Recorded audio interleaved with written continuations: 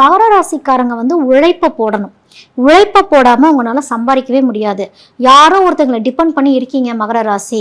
Okay, என்னோட family members depend பண்ணி இருக்கேன், இல்லை அங்கேருந்து பணம் வந்துடும், இங்கேருந்து பணம் வந்துடும், இல்லை ஒரு லாட்ரியில் பணம் விழுந்துடும், ஒரு லக்கு மூலியமாக எனக்கு பணம் வந்துடும், இந்த மாதிரி மைண்ட் செட்டில் மகர ராசிக்காரங்க இருக்கீங்கன்னா என்றைக்குமே உங்களால் கடன் அடைக்கவே முடியாது. முக்கியமாக மகர ராசிக்காரங்க யார்கிட்ட கடன் வாங்கவே கூடாதுன்னா சொந்தக்காரங்கள்கிட்ட மகர ராசிக்காரங்க கடன் வாங்கவே கூடாது.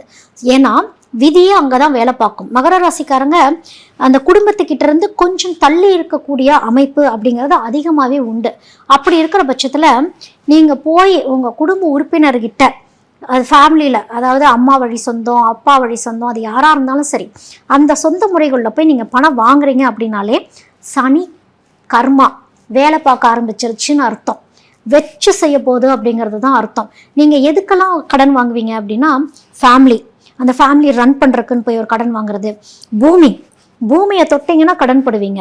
அந்த பூமியை தொட்டுட்டு கடன் படுறப்ப அந்த அந்த கட்டுற வீட்டில் போய் வாழ முடியாத ஒரு சூழல். திருப்பி அந்த கடனை கட்டுறக்கு ஒரு டெனண்ட்டை கொண்டு வந்து வைக்கிறீங்க அப்படின்னா திருப்பி அதை வாங்கி திருப்பி கடன் கட்டுற மாதிரியே தான் இருக்கும். ஆனால் கடன் அடைந்த பாடு அப்படிங்கிறது வந்து மகர ராசிக்காரங்களுக்கு பெரும்பாலும் இல்லை அப்படின்னு சொல்லலாம்.